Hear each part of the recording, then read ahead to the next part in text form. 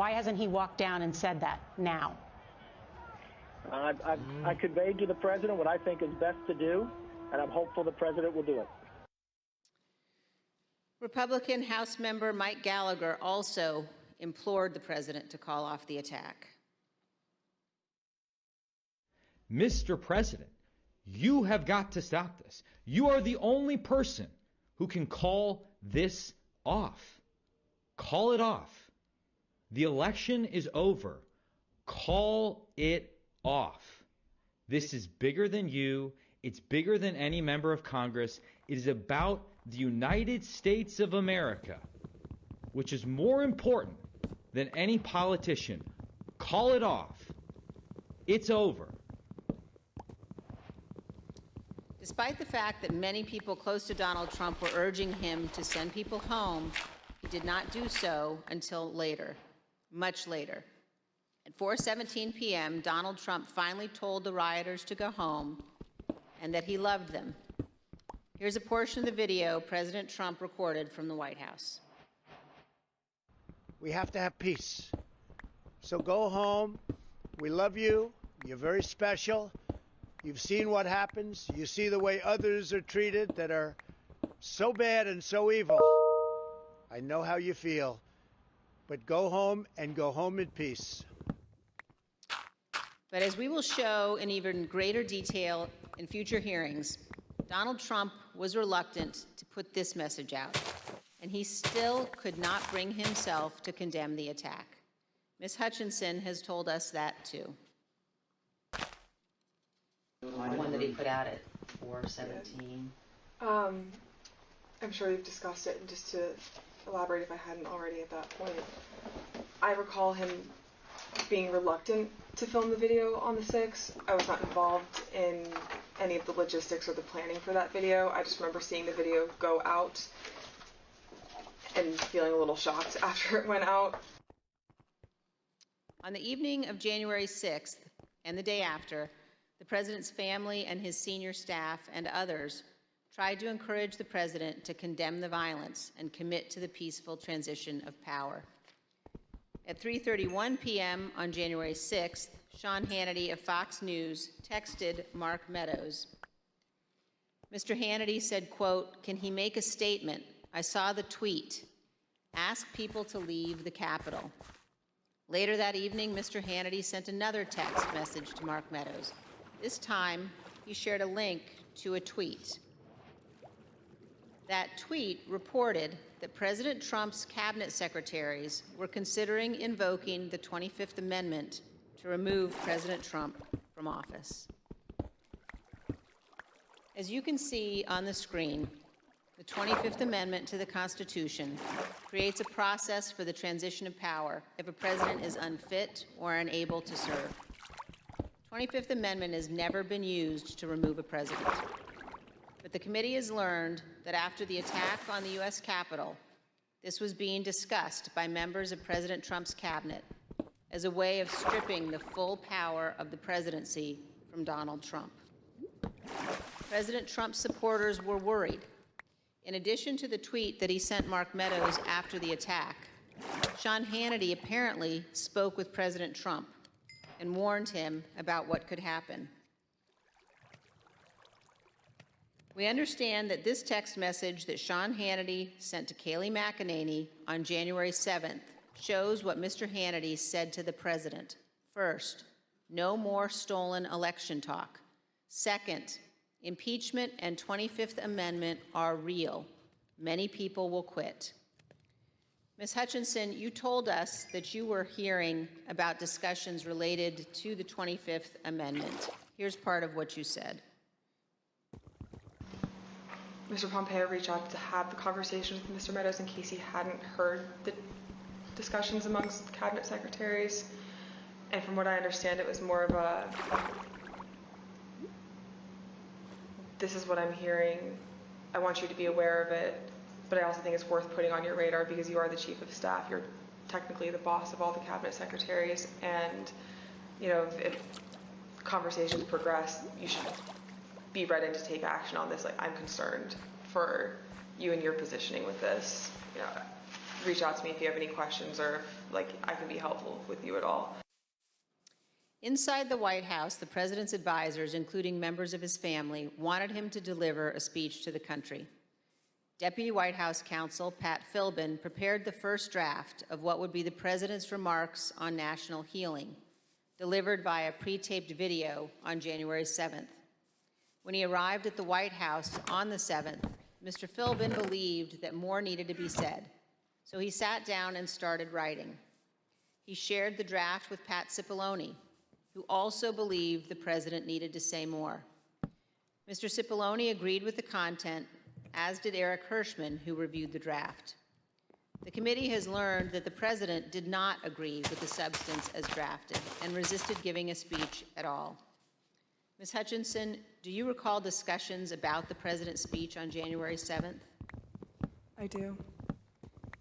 Let's listen, Ms. Hutchinson, to what you told us about that and about the process of crafting those remarks. I learned from a conversation with Mark and overhearing between him and White House counsel and Eric Hirschman as well that Trump didn't necessarily think he needed to do anything more on the 7th than what he had already done on the 6th. When he was convinced to put out a video on the 7th, I understand that he had a lot of opinions about what the context of that announcement were to entail. I had original drafts of the speech where there were several lines that didn't make it in there about prosecuting the rioters or calling them violent. He didn't want that in there. He wanted to put in there that he wanted to potentially pardon them. And this is just with the increased emphasis of his mindset at the time, which was he didn't think that they did anything wrong. The people who did something wrong that day, or the person who did something wrong that day, was Mike Pence by not standing with him. But the president's advisors urged him to give the speech. Who convinced him to do the video on the 7th? I'm not sure who convinced him or if it was a group of people that convinced him. Who was in the group that you're aware of? That I'm aware of: Mark, Ivanka, Jared Kushner, Eric Hirschman, Pat Cipollone, Pat Philbin. Those are the people that I'm aware of. Do you know why that group of people thought it was necessary for him to release a statement? I believe Kayleigh McEnany as well. From what I understood at the time, and from what the reports were coming in, there's a large concern of the 25th Amendment potentially being invoked, and there were concerns about what would happen in the Senate if the 25th was invoked.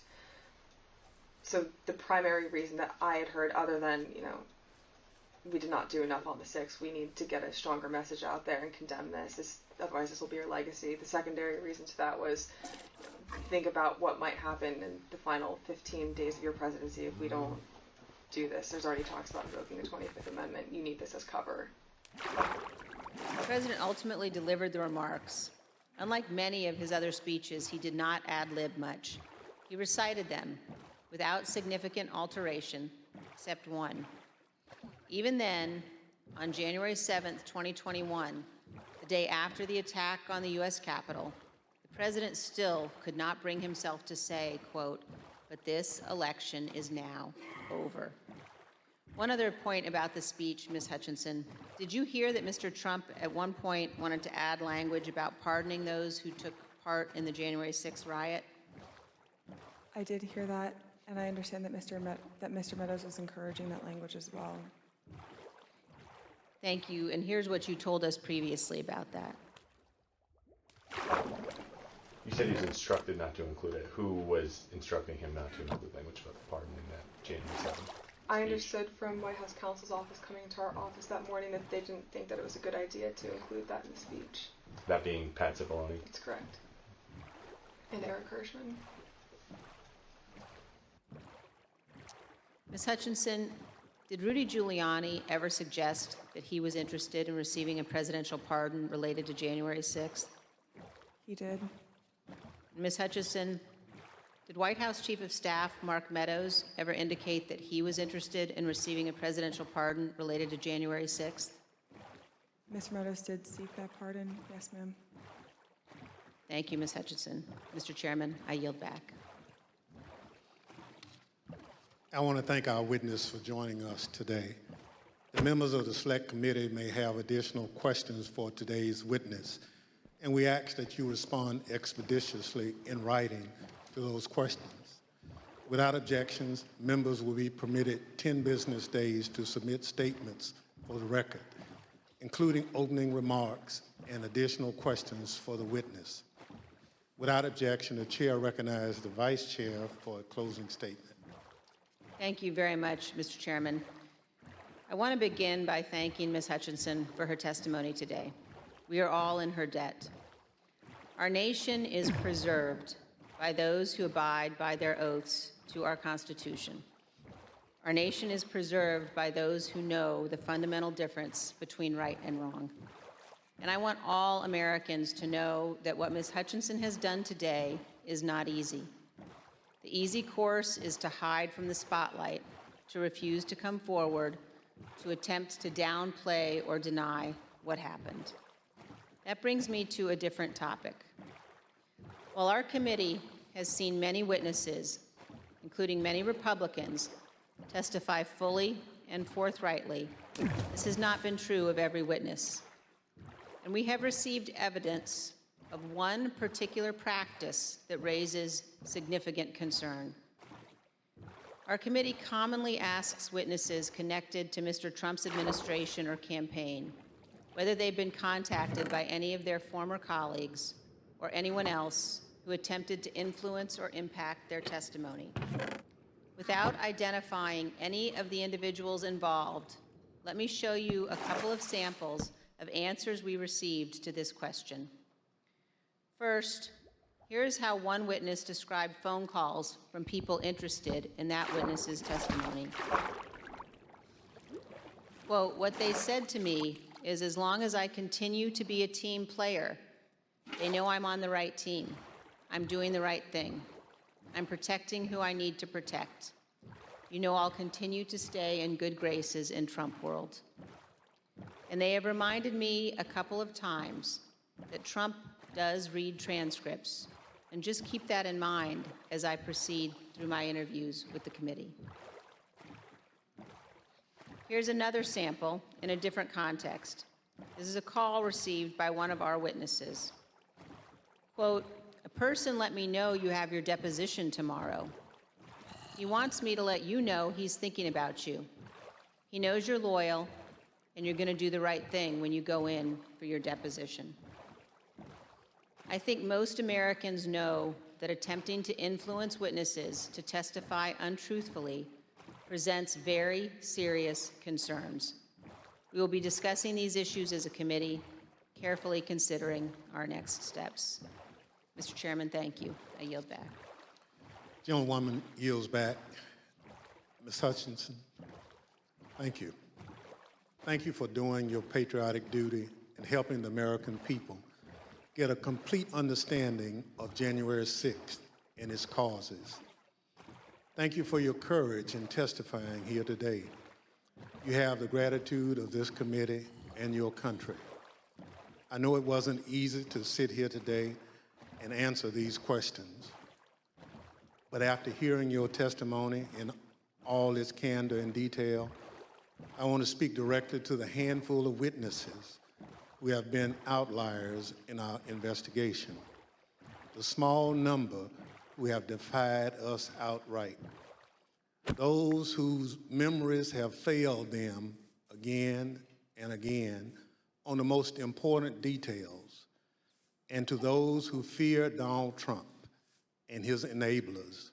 Because of this courageous woman and others like her, your attempt to hide the truth from the American people will fail.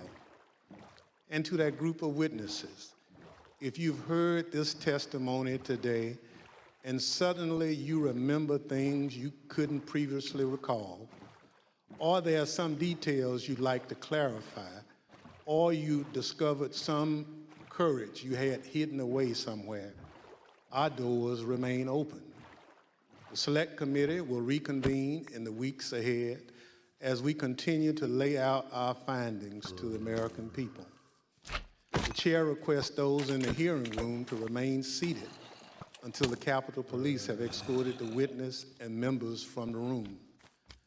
Without objection, the committee stands adjourned.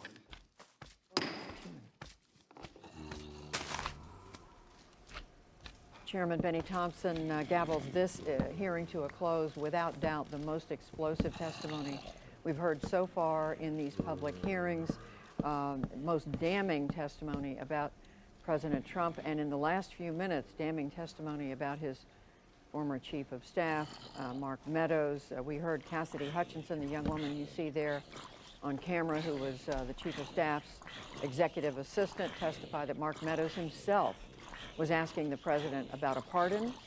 She also testified that Rudy Giuliani, the president's attorney, was asking about a pardon. But that was just one part of what we heard in the last 2 hours of testimony. Victoria Nurse, who has joined us for analysis, I think we cannot ignore the comment that we just heard from Cassidy Hutchinson about when the president was told about the threats to then Vice President Pence. The president said, or the president was described as saying he doesn't think that they've done anything wrong.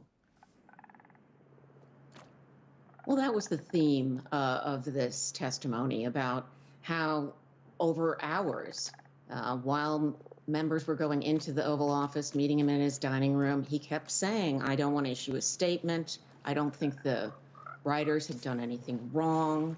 Even after the Mike Pence chants, the president, as she testified, Mr. Meadows said the president does not want to do anything.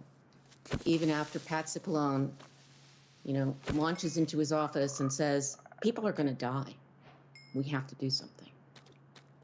Jamil Jaffer, a law professor at George Mason University.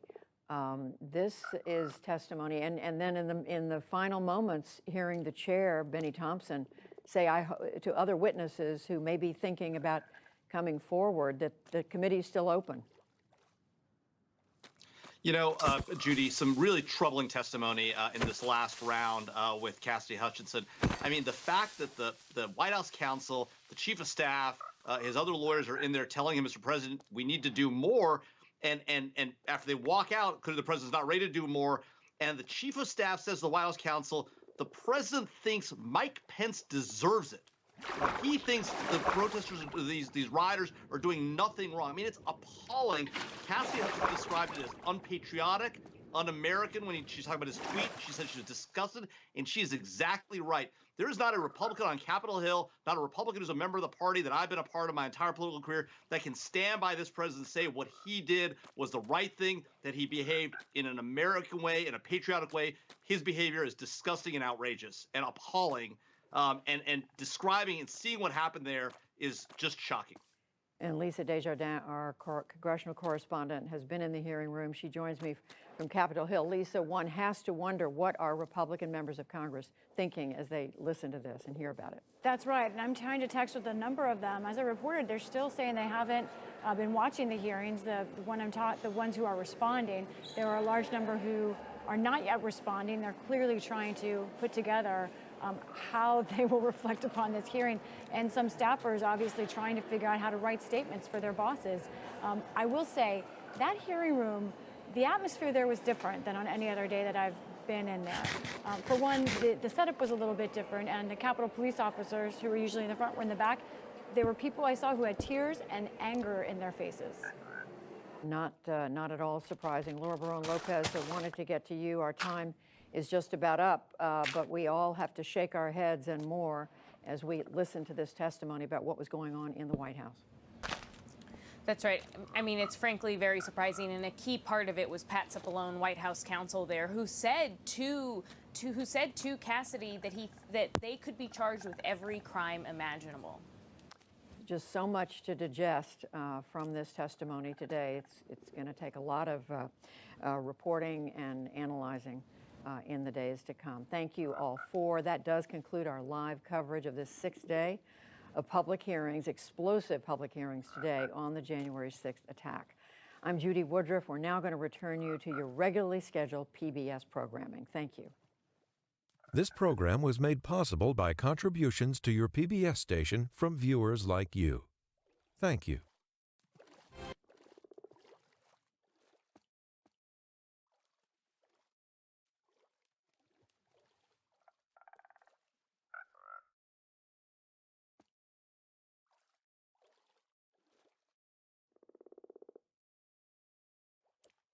Guess what? Today it starts. Today I'm gonna take the first steps in creating a successful business. Yep.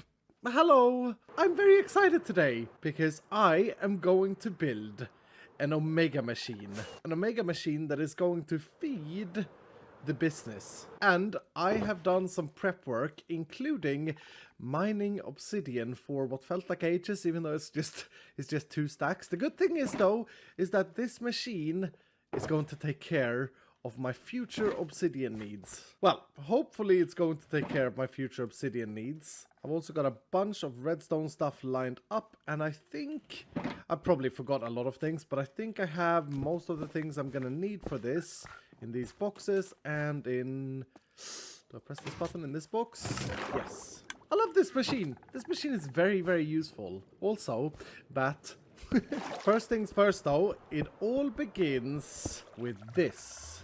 The nether. Or rather, this nether. My beloved gold farm. Hello there, I see you're still here. I haven't actually been here in a while, but this seems like it's still working, still doing fantastic, and that is going to be very, very important. Because gold is potentially the most valuable thing in Minecraft. And I have a lot of it. I believe all of this gold is mine. I think Stress has taken her halves. That's great. Oh, one of the boxes I brought is the wrong one. Ugh, that's annoying. Anyway, never mind that. Some of you may be thinking, gold? Valuable? Really? I mean, after all, for years and years and years of Minecraft, it's literally been pretty useless. It's been like powered rails and... that's it. Powered rails. But a while ago, they changed it. They added something super, super valuable. They added... Just a moment. Come on. Aha! They added... Just a moment. Hello? I come in peace. Bart. Hello, Bart. And Bart loves gold. Gold. So much, in fact, that he will give me blackstone. Try again, Bart. I really don't like blackstone. But he will give me gravel. Nice, Bart. And leather. And 5,238 other things. Bart is like a box of chocolate. You never know what you're gonna get. But the point is that Bart is great. Is that spectral arrows? It's kind of useless, isn't it, Bart? Now, I've had a look at Wikipedia for the things that Bart can give me, and there are quite a few things to sell among those things, including obsidian. Oh! No, Bart! Oh, right. Oh, no. That's really bad. That's really, really bad. They don't like opening chests, do they? Oh, yeah, this sucks. This really sucks. I do have a backup elytra, though. Just gotta take the fancy way down. Or maybe I can do this. Yes, I'm fine. Elytra and thank goodness for backups. I can't believe it two-shot me. Barts are strong. Wait, he's actually scavenging the gold that I had on my body. Bart, you sleep. Wait, he's wearing my elytra. stolen my elytra! Why, you little... That's rude, Bart. And I really liked you. Bart. Well, long story short, Barts are gold hungry and dangerous, but they are great. And with the power of Barts, I can make diamonds. So I'm going to make the Omega Bart machine of doom. Unfortunately though, I have to get myself a new Bart first, and this is a bit time consuming. Oh, that's a baby Bart. No, we don't like baby Barts. Nope. I just gotta keep flying in and out of the spawning range of that platform, and then just hope. Nope. Yes, double Bart. Bart and Bart. It's important to honor your name, because otherwise you may despawn. So, the way I'm going to build this machine is very simple. I'm going to give them gold, wait for them to inspect it, and collect the drops. And I am going to build it right in this general area here. First things first, they're going to need a cell, so they don't run around and kill innocent Iskalmans. And first things first, I'm going to place them on a hopper with a carpet on top. That way, when they drop something, that will be picked up automatically by the hopper. And then I'm going to give them a table. This is their table. And this is where I'm going to drop the gold. And to drop the gold, I'm going to use a dropper. Makes sense. So they'll be standing here, taking gold from this table, and then dropping it, hopefully on their feet, and then it will be picked up by the hopper. So far so good.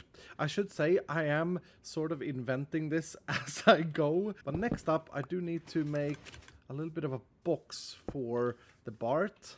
And I'm thinking of using tinted glass so that I can see them inside the little prison cell. Then this needs to come up on both sides. I should possibly also encase it fully. I gotta make sure to remember to close all open surfaces before I move on to the next part, because otherwise I may get a ghast spawning and destroy everything. Alright, the next step is to get my Bart into this thing. It looks a little bit like a space elephant. I've said this before, but I'm gonna say it again. When moving entities in Minecraft, rails are your friend. Does any Bart want to go in the cart? Aha! I got you now, Bart. And Bart in a cart. This is great. Off you go, and hopefully everything works out. Yes, that looks pretty good. I don't know if I need to get him out of the cart, but I can find out. Let's see if he tried. It looked like he did something there. I can't see, I'm too short. Yes! That worked! That 100% worked, and I got a fire resistance potion. Great! That means I don't even have to bother about getting them out of the carts. Yeah, that's fantastic. Then what I should be able to do as well is just cover this up with a piece of tinted glass, and the Bart cell is done. The only thing is that if I am to make a successful business out of this, I'm gonna need quite a few of these Bart cells, but I should be able to stack them with one block between, like this. And I think I'm gonna aim to make 8 Bart cells. I mean, it all depends on how successful my business is, but I could always expand on that later. So that is 4, 5, 6, 7, and then I'd need one over here as well. Yeah, that sounds like a good plan. This is going to take some time, not necessarily building the cells themselves, but getting the Barts. So, while I'm doing this, here is that dare that I didn't show you in the last episode.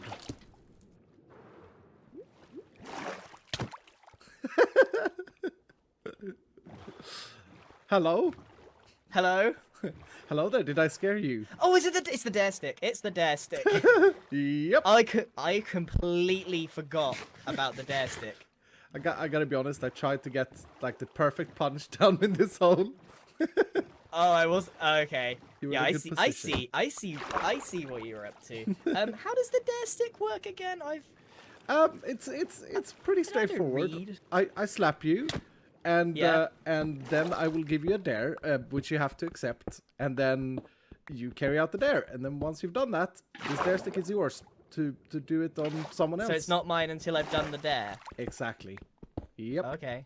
Gotta prove worthy first. I Okay, had to. So what's the dare? Okay, this is you gotta be a bit creative with this one, but I think it suits you. Okay. You are to invent a word with at least 3 syllables. For example, babomba. Okay. But your own word. And then Yeah. you have to use it in conversation, written or spoken, or both, with at least 3 other hermits in your next episode. Goodness. Okay. And you should use it as a descriptive word. For example, this base looks babomba. Okay. Okay. Yeah. All right. I can okay, do that. Okay. Yeah. It can be negative as well. Like, wow, this base is quite babomba, isn't it? Okay. All right. I'll just convince them it's one of our British words. It will go down a treat. This is perfect because the next part of this there is bonus points, or try to use it to an extent where you convince them that it means something from like ancient English or whatever you want. Okay. Okay. Okay. And also last plus points if you convince your viewers too. As in, don't show this clip until the very end. Okay. Okay. All right. But you just said make up the word. Yeah, make up a word. Yeah, just randomly in this episode, you all of a sudden have started saying, "Wow, babomba." You know, that's. Okay. I'm buying it. That could happen. All right. Okay. I'll try and think of a word. Why? All of a sudden, I've forgotten all the words that exist forever. So You I don't know have to tell me. You don't have to think on the spot. You can be creative. You can take your time. All right. Don't Okay. worry. All right. And then All once right, you're well, done, thanks, let me know and I'll pass the dare stick over. Okay. All right. All right. I'll give that a go. All right.